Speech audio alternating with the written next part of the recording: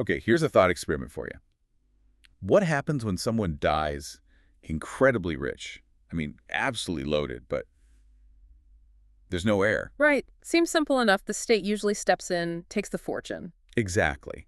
But what if, and here's the twist, what if that super rich person lived a life of, well, extreme deprivation, like shocking poverty almost? Ah, now that's interesting. That really makes you wonder what's going on beneath the surface. It does. And that's what we're diving into today, an ancient story from the Buddhist texts, the story of the childless millionaire. It's also known as Aputtakaseṭṭhivatthu.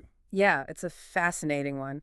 Our goal here is really to unpack this story, see what it tells us about wealth, about craving, and maybe most importantly about how our actions, good and bad, can have these really long-lasting, sometimes quite ironic consequences. So we'll be exploring this millionaire who had, everything, but somehow enjoyed none of it. Exactly, and what that might teach us even today. All right, let's set the scene. We're in ancient Savathi. King Pasenadi Kosala is on the throne, and the news comes in. A local householder, a millionaire, a really wealthy guy, has just died. Right. And back then, the law, or maybe the custom, was pretty clear. If a millionaire died with no heir, No kids, no designated person. correct, then the entire fortune, all of it, went straight to the royal treasury. It wasn't like, oh, a distant cousin gets it. Nope. Straight to the king. And we're not talking pocket change here, are we? Oh, definitely not. This was a vast fortune. The scale was just immense. How immense. Well, get this. King Pasenadi himself actually went to supervise the collection, and it took his people 7 whole days. 7 days. Just to move the money and assets. 7 days just to transfer it all from the millionaire's house to the palace. So you can imagine the sheer volume of wealth we're talking about. Wow, that's hard to even picture. It really is. So after this massive haul, the king goes to see the Buddha, probably feeling quite pleased with this windfall for the kingdom. And he tells the Buddha about confiscating this huge fortune. He does. He reports on what just happened. And that's really the setup for the Buddha, revealing the truly bizarre story behind this wealth. Okay, so here's where it gets really strange, right? The king starts describing the millionaire's actual life, his habits. Yeah, totally out of sync with his riches. It's mind-boggling, really. So the king says, this man, he'd be served these amazing meals, delicious food on golden platters, The best of the best. but he wouldn't eat it. He'd violently reject it. The text says he actually hit the servants bringing it, throwing dirt clods or hitting them with sticks. No way, over food. Yep. And he'd apparently say that fine food wasn't, human food. Instead, he insisted on eating only coarse, broken rice. Like the cheapest stuff imaginable. Exactly, with some sour pickle. And that he called proper human food. That is deeply weird. What about other things? Clothes, transport? Same story. He had access to the finest clothes, silks, whatever, but he wore rags. Coarse, tattered rags. Despite being a millionaire. A millionaire in rags. And travel. No grand chariots for him. He used a beat-up, old, decrepit cart. And the parasol thing, that detail stuck with me. Oh, yeah. No fancy parasol to keep the sun off. If he used one at all, it was just made of leaves, like something a peasant might cobble together. So the big question hanging in the air is, why? How could someone with all that wealth live in such, self-imposed squalor? Precisely. It's this glaring contradiction. It's not just being frugal, it's extreme deprivation. And that's the mystery the Buddha is about to unravel. It points to something deeper going on. So the Buddha starts explaining it. It all comes down to the man's parabhakama, his past actions, his karma from previous lives. Okay, so what did he do in the past? Well, it's actually a mix. There's an act of giving, but it's complicated. And then there's something much, much darker. Let's start with the giving part. All right. So in a past life, this same person, again a householder, encountered a Pachaka Buddha named Tagarasiki. A Pachaka Buddha being someone who achieves enlightenment on their own, right? Without needing a teacher in that life. Exactly. So this householder offers some alms food to Tagarasiki, just a basic offering. Okay, that sounds good so far. It does, but here's the twist. After making the offering, the householder leaves for a bit.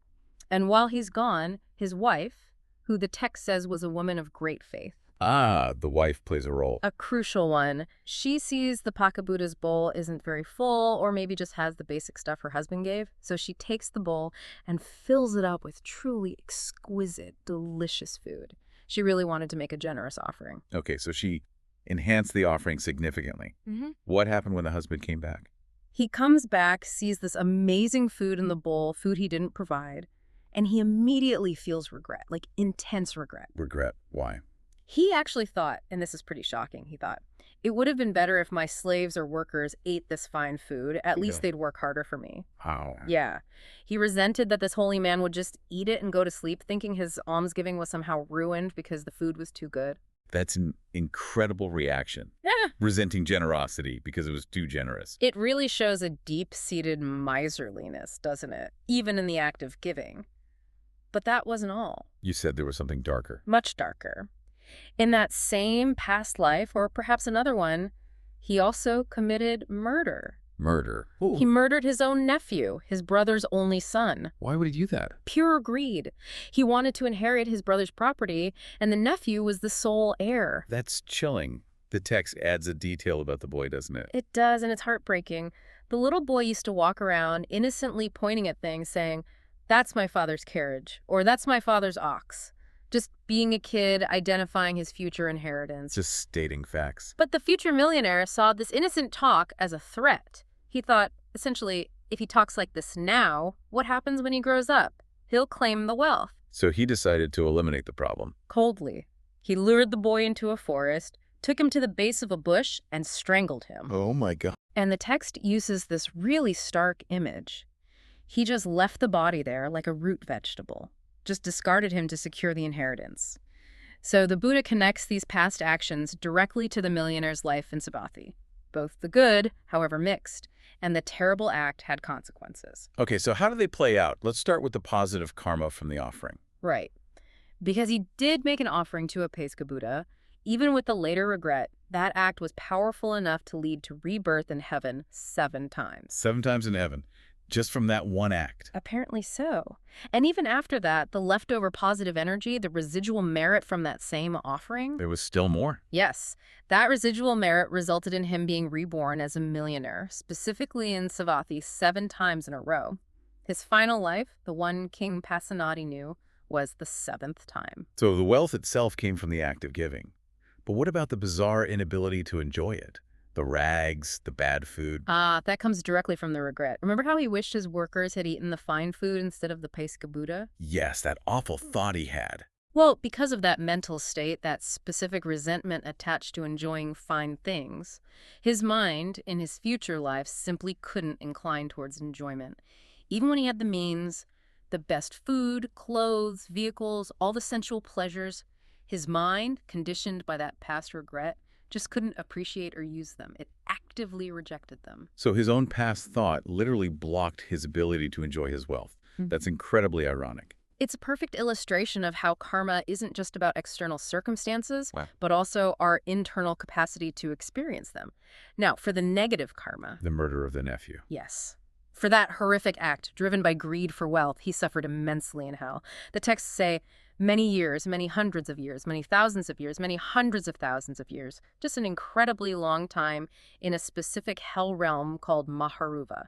And even after all that time in hell, there were still consequences. There were.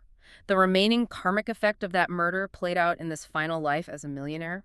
Specifically, it was the reason why, for the 7th time. He died without an heir. Exactly. Dying childless, ensuring that the wealth he killed for ultimately went to the royal treasury, not to any descendant of his. It completed the karmic cycle of that particular act of greed. So it's like the universe balancing the books, in a way. You could see it like that.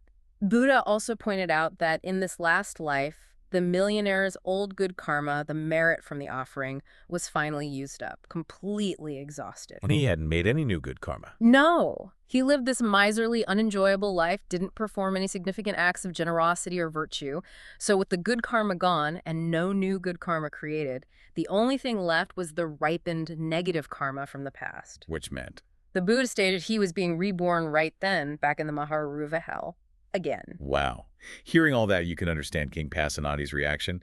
He was apparently quite struck by this. Deeply. He exclaimed something like, "Good heavens, how heavy this karma is. All that wealth existed, but he couldn't enjoy it himself, and he didn't even use it to do good deeds, even with enlightened beings like you, Buddha, living right nearby." It really highlights the tragedy, doesn't it? The missed opportunity. Absolutely. And that led the Buddha to give the core teaching here. He explained that when ignorant people not focused on liberation, get wealth, they don't use it wisely, They don't seek the ultimate goal, nirvana. Instead, Instead, the very craving for that wealth, the attachment that arises, ends up destroying them. It's the craving itself that becomes the poison. he put it very powerfully in a verse, didn't he? He did, a very famous one. Yeah. Riches slay the fool, but not those who seek the other shore.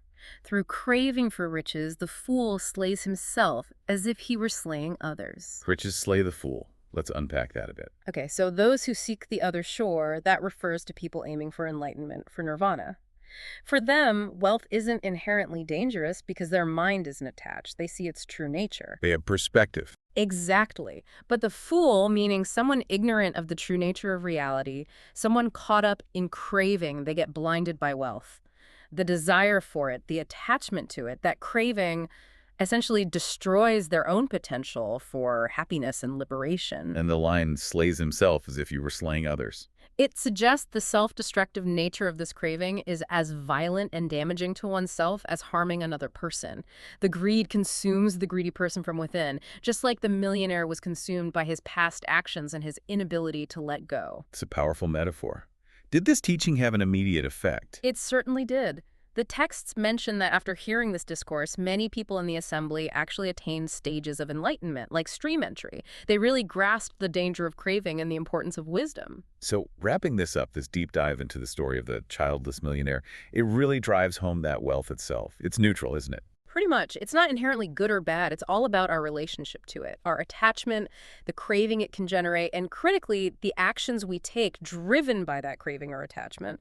That's what dictates the real impact. Whether it leads to benefit or, like in this case, immense suffering, even across lifetimes. Exactly. And it makes you think, doesn't it, about how our own choices, even the little ones, a moment of regret, a flash of generosity, or conversely of greed, how they all add up. They accumulate and shape not just what happens to us, but our capacity to experience our lives, like the millionaire's inability to enjoy anything. Precisely. These patterns ripple outwards, echoing the kind of consequences we saw in this ancient story. It's quite profound when you apply it. So maybe a final thought for everyone listening, reflecting on this millionaire story, his choices, his strange fate. What stands out most to you about how his actions, both big and small, led to such a tragic end?